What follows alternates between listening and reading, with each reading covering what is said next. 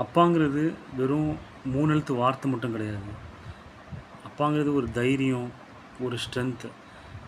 ஏன்னா நம்ம ஆசைப்பட்டது எல்லாமே வாங்கி குடுத்துருக்காங்க. சின்ன வயசுலேருந்து சரி நம்மள படிக்க வச்சுருக்காங்க. அது கடமைய தாண்டியும் நேரம் நமக்கு டூர் அனுப்பியிருப்பாங்க. சைக்கிள், பைக்கு நம்ம என்ன கேட்டாலுமே வாங்கி குடுத்துருப்பாங்க. ஸோ நம்ம பார்த்தோம் அப்டின்னா, நம்மளுடைய ஃப்யூச்சருக்காக அவங்களுடைய ஃப்யூச்சர அவங்க தியாகம் பண்ணிட்டு, நம்ம பிள்ளைங்களுக்காக அவங்க வாழ்க்கை முழுதும் ஓடிட்டுருக்காங்க. இந்த மாரி இஸ் சச் அ ஜெம்முன்னு தான் நான் சொல்லலாம். நம்மள்ல எத்தனையோ பேர் இருக்கோம். அது எப்போ நம்ம புரிஞ்சுப்போம் அப்படின்னு சொன்னா, நம்ம எப்போ வேலைக்கு வந்து, நம்ம எப்போ கல்யாணம் பண்ணி போனோமோ, அப்போ தான் நம்ம அப்பாவ நம்ம புரிஞ்சுக்கிறோம். ஆனா இன்னைக்கு வரைக்கும் சரி, அவர் வந்து அத பெருசா வெளிக்காட்டுனது கிடையாது. நம்மள்ல எத்தனையோ பேர் இருப்போம். பக்கத்தில நம்ம அப்பா இன்னைக்கு இருந்தாங்கன்னா போய் அவங்க கிட்ட போய் சொல்லி பாருங்களேன், "அப்பா ஐ லவ் யூப்பா. எனக்கு உங்கள ரொம்ப பிடிக்கும்ப்பான்னு" சொன்னா கூட, சின்ன ஒரு புன்முறுவல் பண்ணிட்டு அப்படியே கடந்து போயிடுவாங்க. ஏன்னா, அவங்க நமக்காக அவ்வளோ தியாகம் பண்றாங்க, பண்ணிக்கிட்டே இருக்காங்க. ஸோ, அப்பா இஸ் ஆல்வேஸ் த பெஸ்ட்.